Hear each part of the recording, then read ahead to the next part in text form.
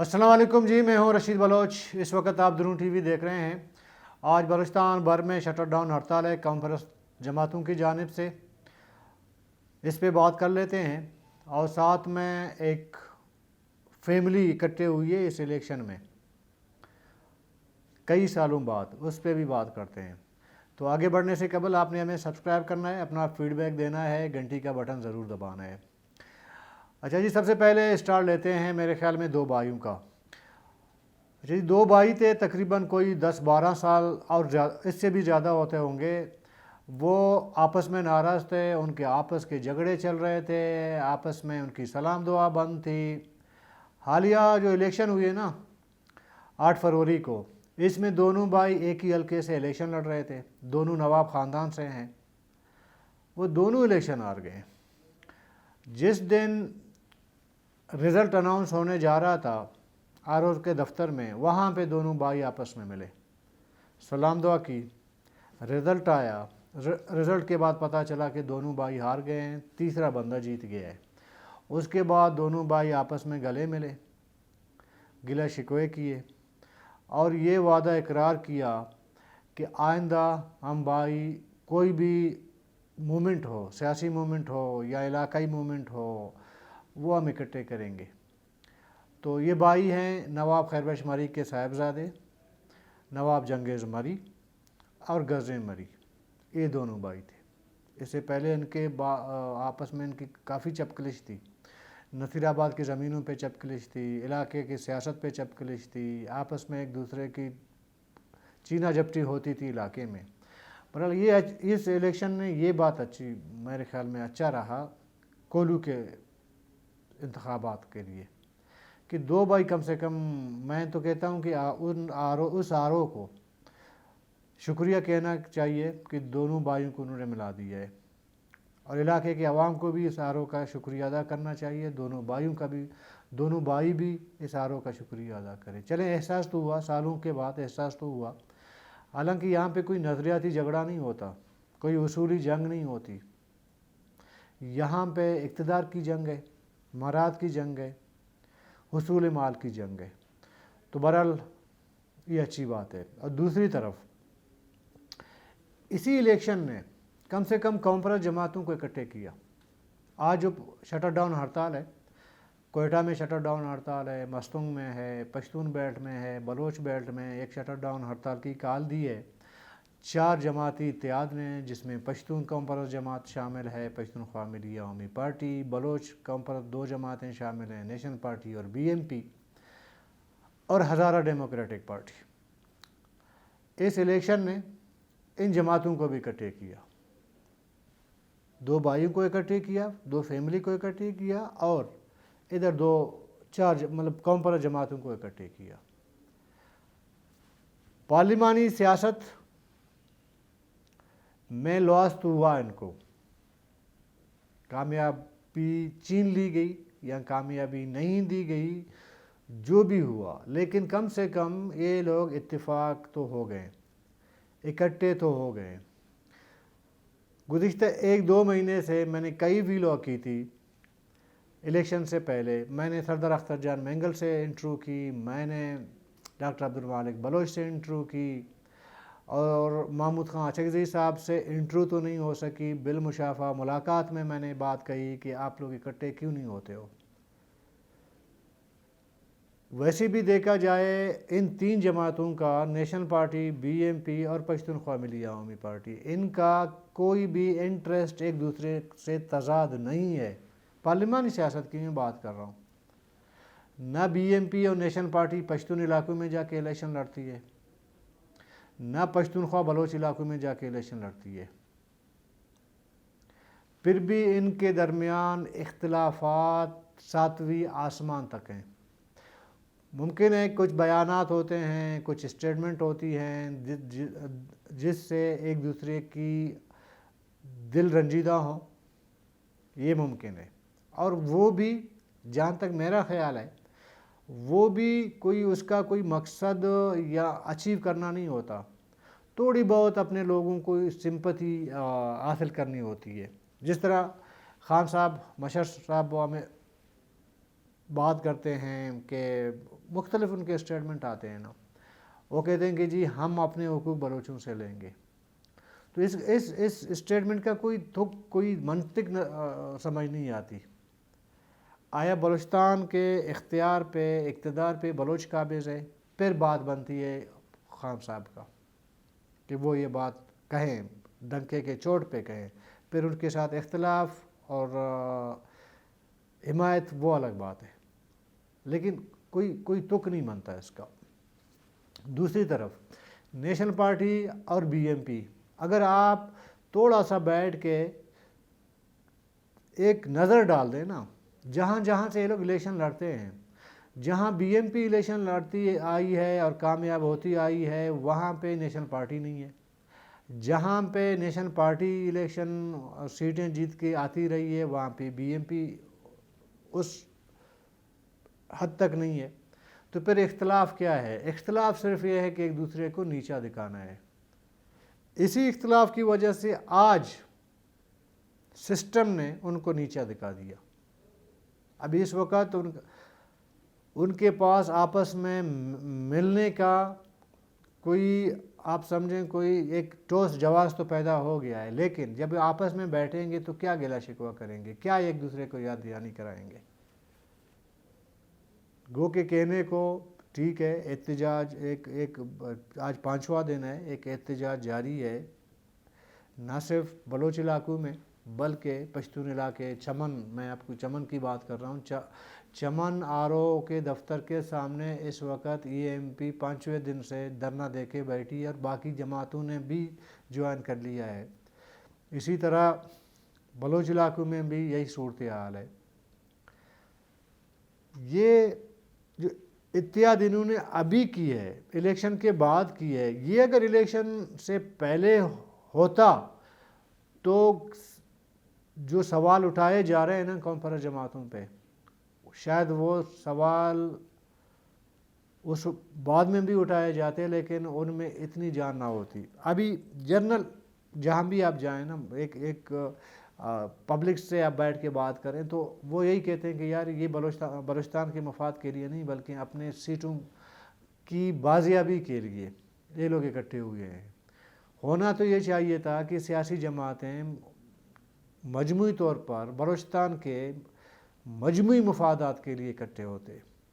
ابھی سوال یہی پیدا ہو رہا ہے، لیکن میں کہتا ہوں دیر آیت درست آیت.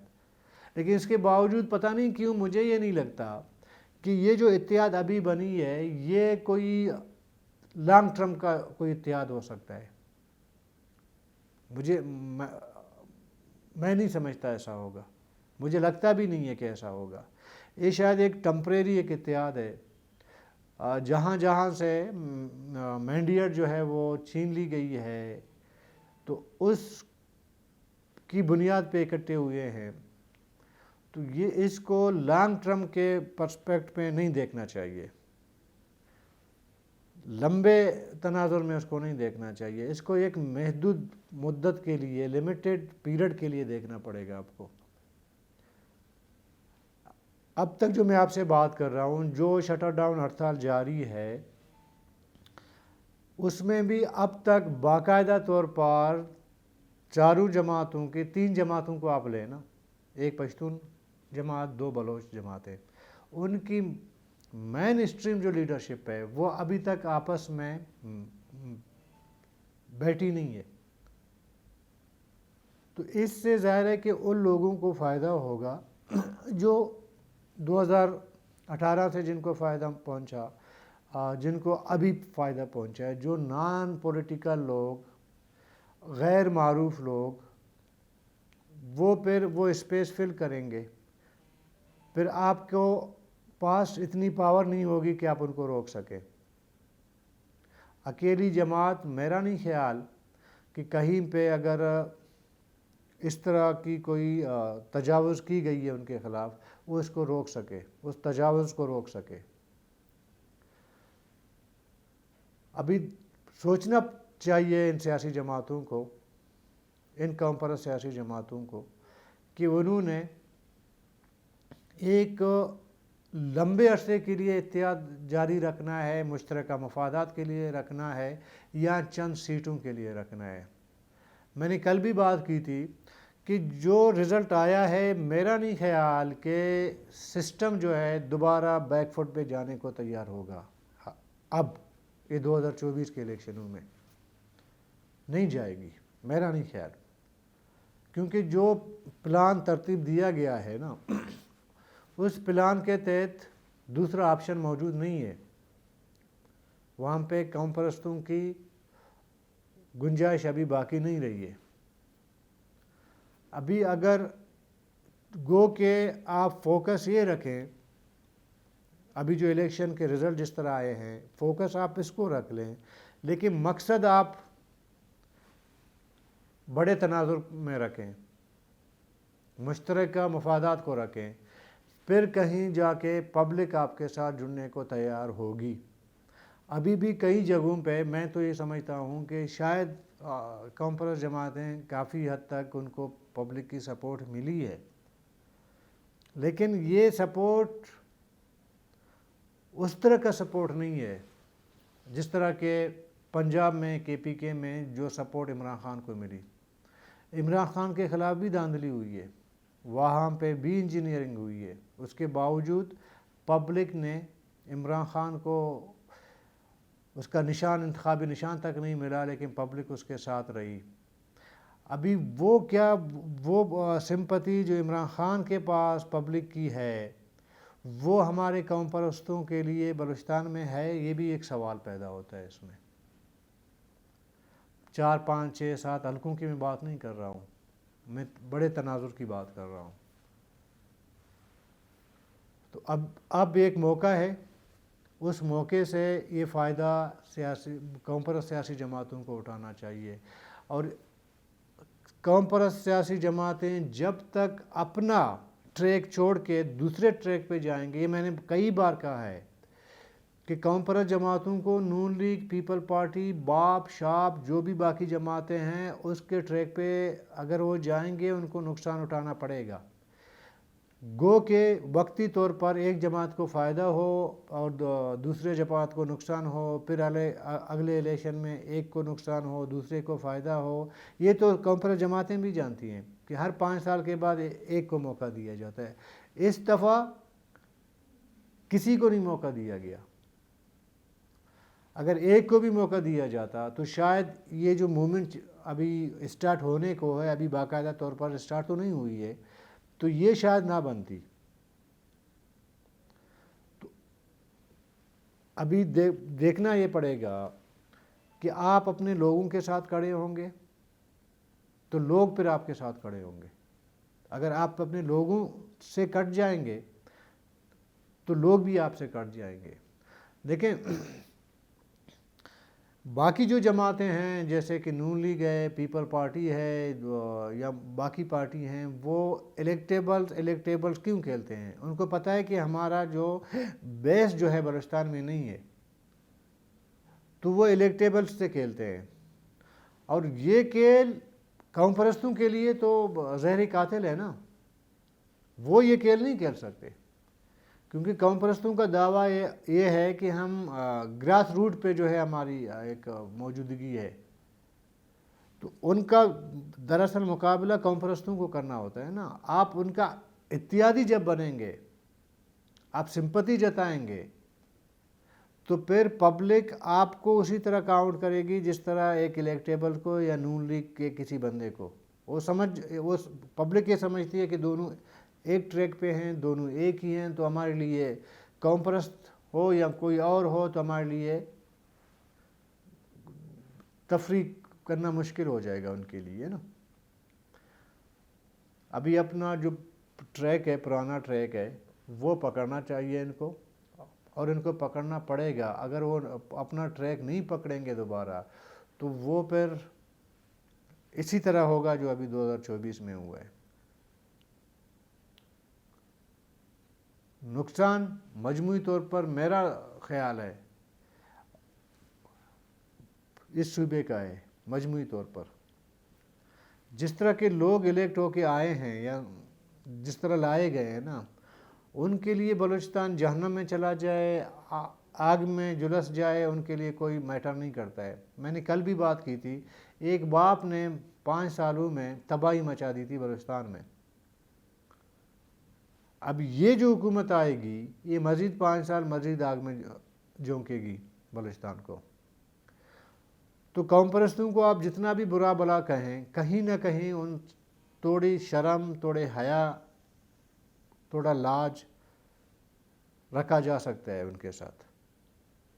اتنی سی تو ظرف ہو سکتی ہے ان کے اندر۔ کہیں سے آپ ان کو گریباں سے پکڑ سکتے ہیں، کہیں پہ آپ ان کو تنقید کر سکتے ہیں، لیکن ان پہ آپ تنقید بھی نہیں کر سکتے۔ مجھے یاد پڑتا ہے جب باپ نئی بنی تھی نا حکومت، ہمیں انٹریکشن تھی کہ باپ کے خلاف کوئی بات نہیں کرنا ہے، باپ پہ کوئی تنقید نہیں کرنا، اور یہاں تک کہا گیا تھا کہ پی ٹی آئی کے خلاف کوئی بات نہیں کرنی ہے، 6 مہینے تک آپ پازیٹیو خبریں آپ نے دینی ہیں۔ اس کا مطلب یہی تھا کہ کوئی سوال نہیں اٹھانا ہے ان پر۔ تو ممکن ہے یہ جو حکومت آئے گی اس طرح کے جو ہے ہدایت مزید جاری ہوں کہ 1 سال تک پازیٹیو بات آپ نے کرنی ہے، ان کے حوالے سے کوئی بات نہیں کرنی۔ اب بھی میں ابھی دیکھ رہا ہوں، ابھی یہ جو سب کچھ ہو رہا ہے، جو سب کچھ ہوا ہے، اس میں بھی آپ بلوچستان میں دیکھیں گے کتنے لوگ بات کر رہے ہیں اس پہ۔